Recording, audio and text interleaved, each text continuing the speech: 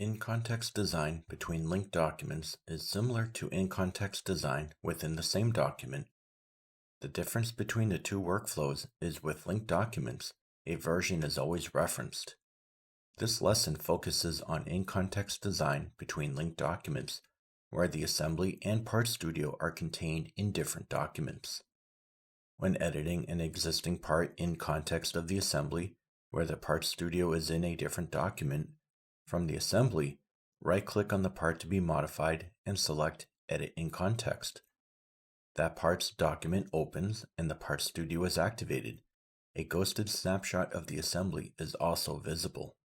The ghosted snapshot shown captures the hide show state, position, and orientation of the objects in the assembly from the linked document. If objects are hidden, they are also hidden inside the context. Faces and edges from the ghosted snapshot can be referenced to create geometry. An assembly context is only created when a reference is made to the assembly. When that reference is made, an in-context arrow displays next to the feature, indicating that feature is defined with an in-context reference.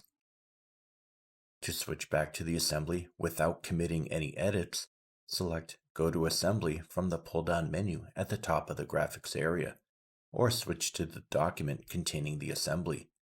The edits previously made do not appear in the assembly.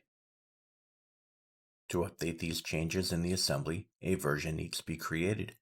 Create a version by either selecting the Create Version icon or automatically by selecting Create Version and go to Assembly from the pull-down menu at the top of the graphic area. Switch back to the assembly and update the version. Once updated, the edits are now present. When selecting the option Create a Version and go to Assembly, the version of the primary instance is automatically updated in the assembly. Whenever you create a new part in context of the assembly, the part studio is always created within the same document as the assembly and does not create a linked document.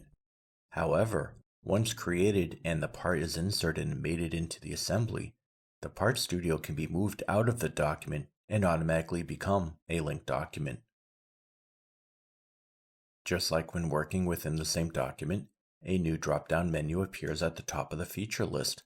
This provides options to work with different context or edit outside of the context. Selecting the overflow menu next to the context allows renaming, updating, or deleting the context. When new or additional context are required for the same part, right-click the part in the assembly instance list, hover over Edit in Context, and click New Context. This opens the parts document and activates the part studio. Geometry can then be created as previously shown. Use the option Create a Version and go to Assembly when finished to update the changes in the assembly.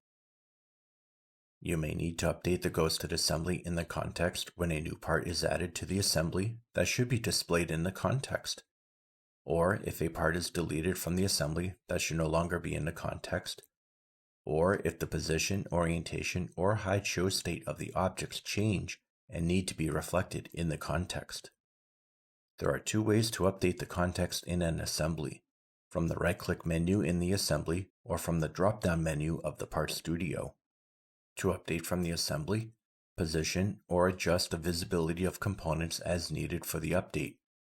Right-click the part with the in-context edits that require updating. Hover over Update Context and select the context.